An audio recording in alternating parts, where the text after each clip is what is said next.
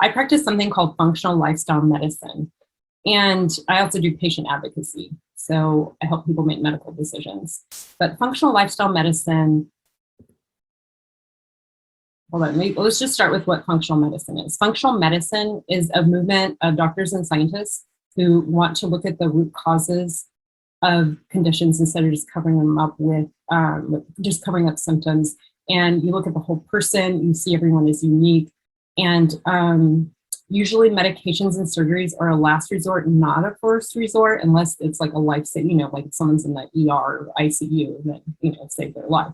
But in general, especially for managing chronic illness, preventing reversing chronic illness, there's a tendency to want to work more with, using, supplements and herbs and lifestyle and that kind of thing. But often clinicians, even functional medicine, integrative doctors, naturopaths, acupuncturists, they don't have time to really work with people on how they're living their life, their emotions, their sleep, all these things. They don't really have the bandwidth to get into nitty gritty.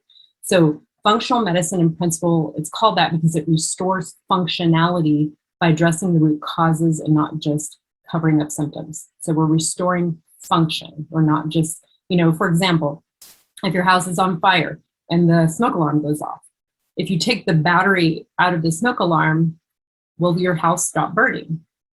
No. If you're having pain and you just take a painkiller and you don't ask, why am I in pain in the first place? You don't fix the problem. Are you going to get better or worse over time? You're going to get worse. So the idea is symptoms mean something. They're a request for nurture. What do they mean? What is the body trying to tell you? Symptoms, sensations are how nature communicate with, our bodies communicate with us.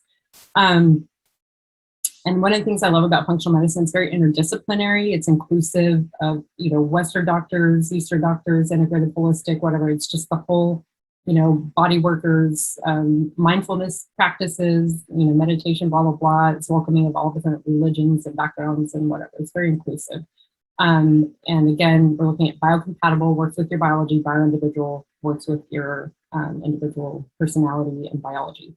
And then what I've found, my experience has been, is this approach tends to be safer and get far better results for chronic degenerative conditions. For example, I have a client and she not only lost 37 pounds, we weren't actually focusing on her weight. We were focusing on, her heart was failing. She had a side effect of chemo that, which was the problem in the first place. Why did she get cancer? But the chemo damaged her heart and she was supposed to have a defibrillator surgically put in.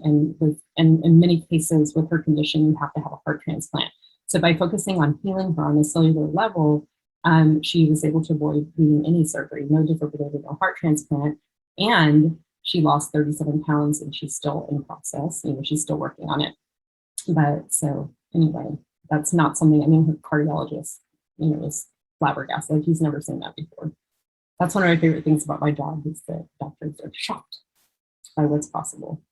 Okay, so that's the functional medicine part. Lifestyle medicine is what's lifestyle. It's a lot of people think it's just what you eat or diet and exercise, but it's all of our daily habitual thoughts and actions. Every thought we have changes our physiology, and every sensation we experience influences our thoughts, our decisions, our behaviors.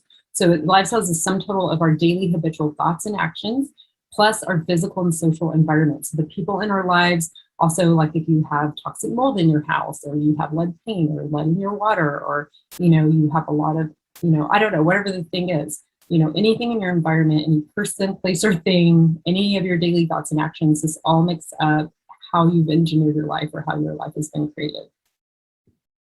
And that has more influence on your health than genetics.